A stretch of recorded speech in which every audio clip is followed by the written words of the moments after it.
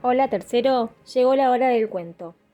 En esta oportunidad vamos a escuchar otro relato del libro Cuando Belgrano era chiquito. El tío del cuento. En la entrada había un tiburón. Tenía la mandíbula preparada para una dentellada. Miraba con grandes ojos metálicos, fijos. Estaba inmóvil, siempre en la misma posición, alerta y embalsamado, porque el tiburoncito estaba embalsamado. Era una cría que había sido pescada cruelmente en el mar frío. No era raro que en las boticas, como se llamaba entonces a las farmacias, hubiera animales embalsamados como adorno. También había misteriosos potes con piedras y tremendos frascos de agua coloreada que brillaban en la penumbra. A Manuel le encantaba la botica del tío Ángelo.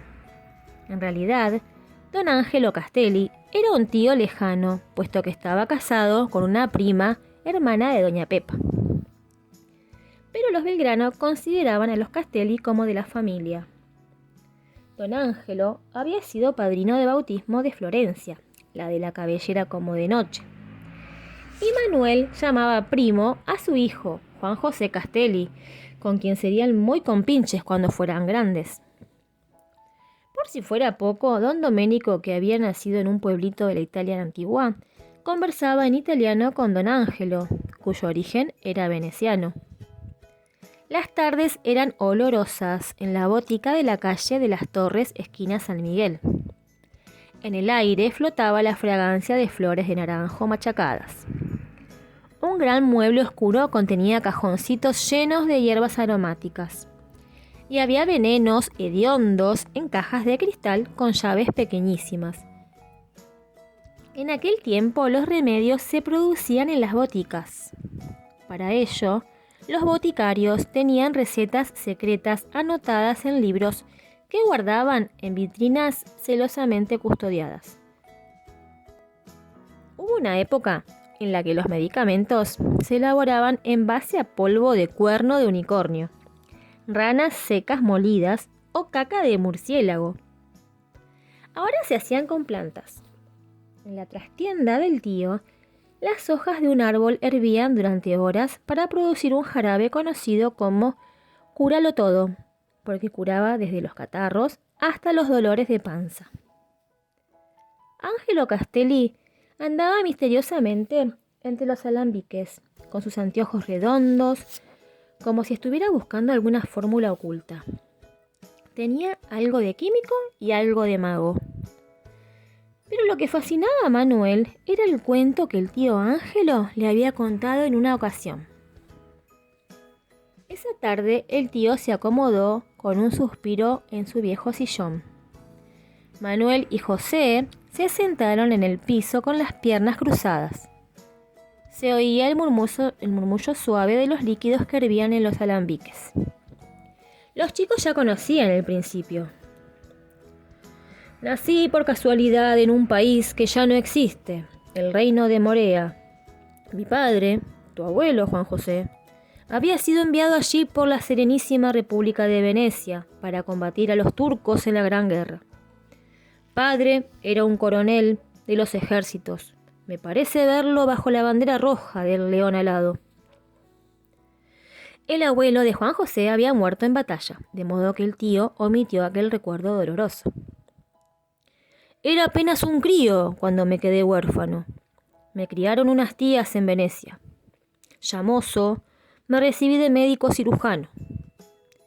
Ya podría yo andar por ahí con bastón de puño de oro y las borlas en el bonete que corresponden a los doctores graduados. Pero no, prefiero la botica. El tío Ángelo se sacó los anteojos, limpió los cristales gruesos con un paño, se los calzó nuevamente y continuó el relato. Ya no me acuerdo cómo fue. Lo cierto es que un día conocí a un tal José Polloni, que era el patrón y el capitán de un galeón. ¿Qué es un galeón, padre?, inquirió Juan José.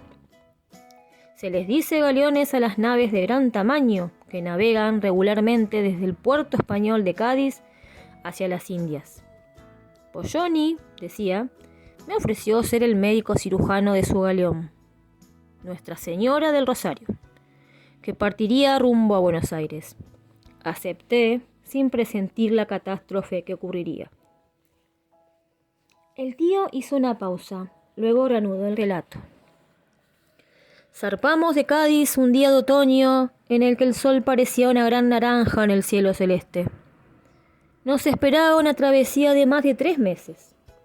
Dormíamos en unas hamacas marineras en la entrecubierta, pero era tan incómodo que preferíamos pasar la noche durmiendo bajo las estrellas. ¿Qué hacía durante la navegación, padre?, curioseó Juan José. Como médico de a bordo tenía que curar a las enfermedades de los marineros, pero al capitán le importaban poco sus hombres, solo hablaba de los negocios que haría al desembarcar. Decía que llevaba un cargamento de naipes y tabaco para vender, lo que era verdad, pero lo que no decía era que en las bodegas escondía rosarios de oro de contrabando. El sol ya estaba bajo. El frío del atardecer se había colado por las ventanas sin pedir permiso. El tío se arropó con una manta. El viaje prosiguió sin mayores novedades. Estábamos a no más de 2 o 3 días del puerto de Buenos Aires cuando aparecieron los primeros indicios del desastre. A los costados de la nave se veía el lomo de delfines que nadaban en todas direcciones. «Señal de mal tiempo», declaró un viejo marinero. Así fue. Poco después, una tempestad levantaba olas que eran más altas que el mismísimo barco. Las maderas crujían como si fueran a partirse. Pensé que íbamos a naufragar. Pero, de pronto, vimos la luna redonda en el cielo estrellado. La tormenta había pasado repentinamente.